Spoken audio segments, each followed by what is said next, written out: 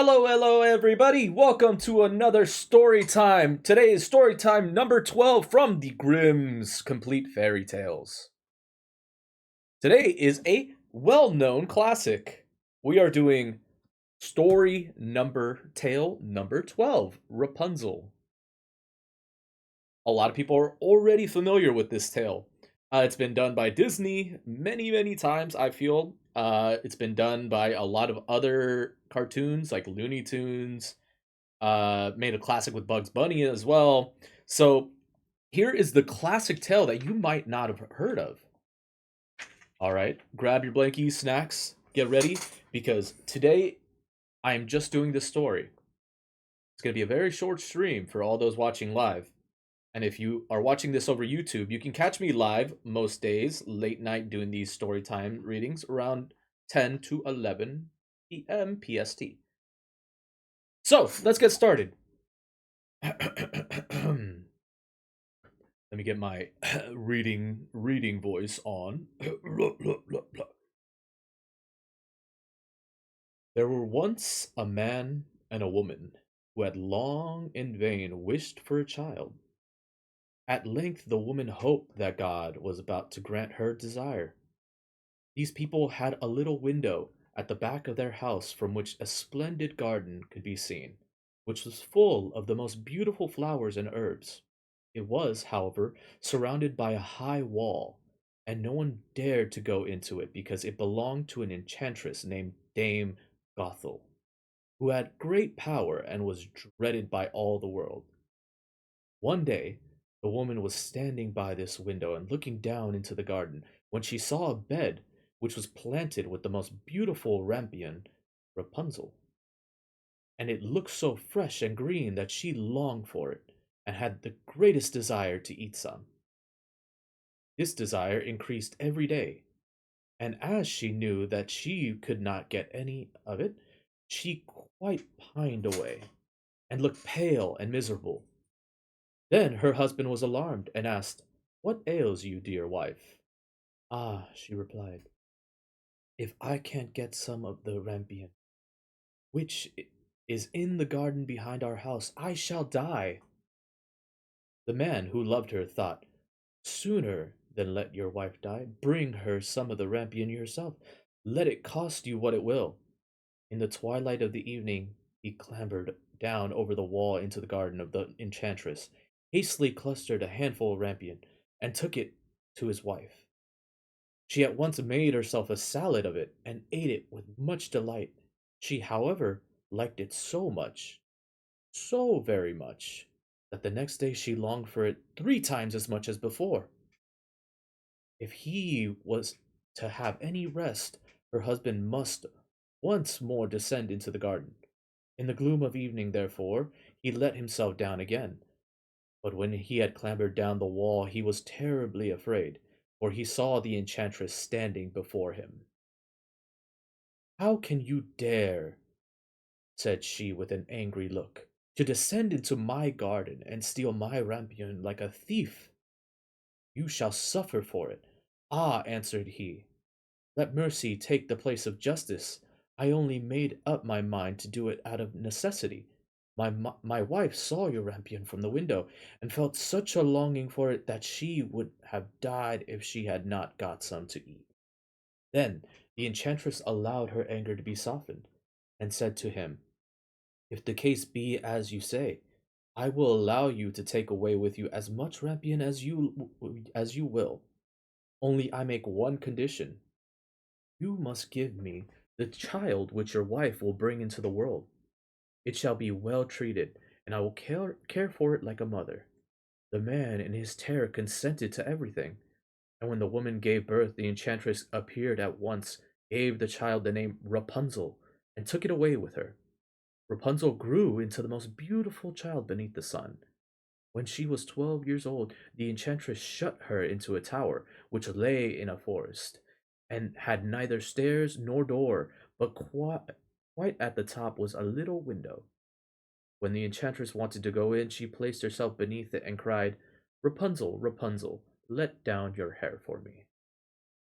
Rapunzel had magnificent long hair, fine as spun gold, And when she heard the voice of the enchantress, she unfastened her braided tassels, wound them round one of the hooks of the window above, and then the hair fell 20 ells down, and the enchantress climbed up by it. After a year or two, it came to pass that the king's son rode through the forest and went by the tower. Then he heard a song, which was so charming that he stood still and listened. There, this was Rapunzel, who in her solitude passed her time in letting her sweet voice resound. The king's son wanted to climb up to her, and looked for the door to the tower, but none was to be found. He rode home, but the singing had so deeply touched his heart that every day he went out into the forest and listened to it. Once, when he was thus standing behind the tree, he saw that enchantress came there, and he heard how she cried, "Rapunzel, Rapunzel, let down your hair." Then Rapunzel let down the braids of her hair, and the enchantress climbed up to her.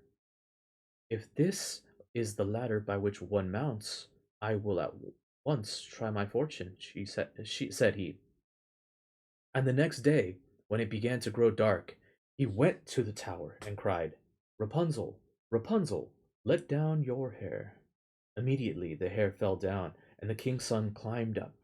At first Rapunzel was terribly frightened when a man such as her eyes had never yet beheld came to her, but the king's son began to talk to her quite like a friend, and told her that his heart had been so stirred that it had let him have no rest, and he had been forced to see her.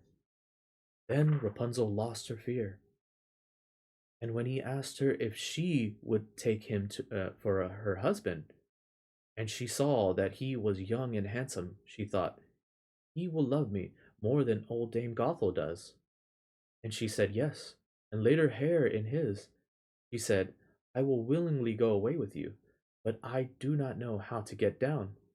Bring with you a skein of silk every time that you come, and I will weave a ladder with it.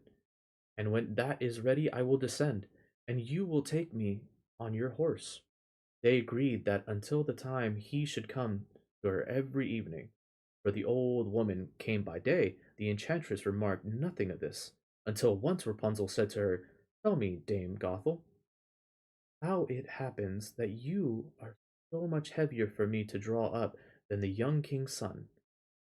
He is with me in hardly a minute." "Ah, you wicked child!" cried the enchantress. "What do I hear you say? I thought I had separated you from all the world, and yet you have deceived me." In her anger, she clutched Rapunzel's beautiful tassels, wrapped them twice round her left hand, seized a pair of scissors with the right, and snip, snap, they were cut off, and the lovely braids lay on the ground. And she was so pitiless that she took poor Rapunzel into a desert where she had to live in great grief and misery. On the same day that she cast out Rapunzel, the enchantress fastened the braids of hair which she had kept onto the hook of the window. And in the evening, when the king's son came and cried, "Rapunzel, Rapunzel, let down your hair," she let down, she let the hair down.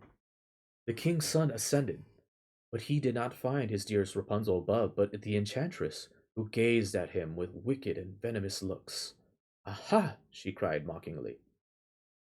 "You would fetch your dearest, but the beautiful bird sits no longer singing in the nest. The cat has got it, and will scratch out your eyes as well. Rapunzel is lost to you. You will never see her more." The king's son was beside himself with pain, and in his despair he leapt down from the tower.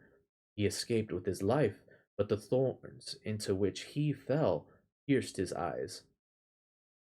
Then he wandered quite blind about the forest, ate nothing but roots and berries, and did nothing but lament and weep over the loss of his dearest wife. Thus he roamed about in misery for some years, and at length came to the desert where Rapunzel, with the twins to which she had given birth, a boy and a girl, lived in wretchedness. He heard a voice, and it seemed so familiar to him that he went towards it, and when he approached, Rapunzel knew him, embraced him, and wept. Two of her tears wetted his eyes, and they grew clear again, and he could see with them as before. He led her to the kingdom, where he was joyfully received, and they lived for a long time afterwards, happy and contented. And that is Rapunzel. Wow. Wow, wow, wow. Very, very different from the Disney version. I mean, for starters, the king's son literally is falling in love with his sister. Very, very odd. Or is this a different king? I'm not even sure. It doesn't necessarily mention it. I mean, there can be like multiple different kings surrounding different kingdoms as well. So I'm not too sure. This kind of seems like it's a little 50-50 there.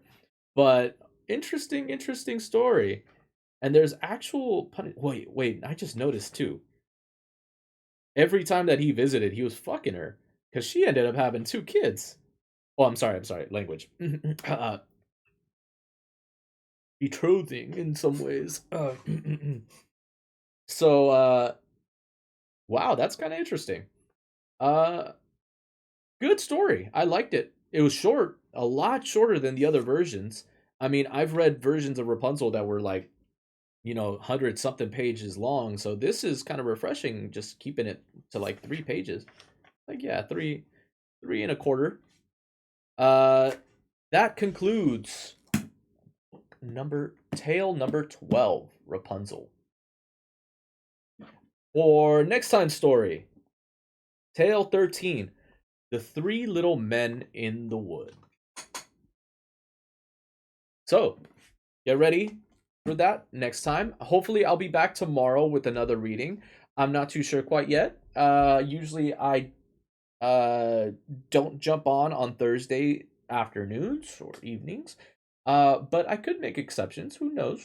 We'll see how early shows end. But I will definitely be back Friday for sure if you don't see me tomorrow. Okay.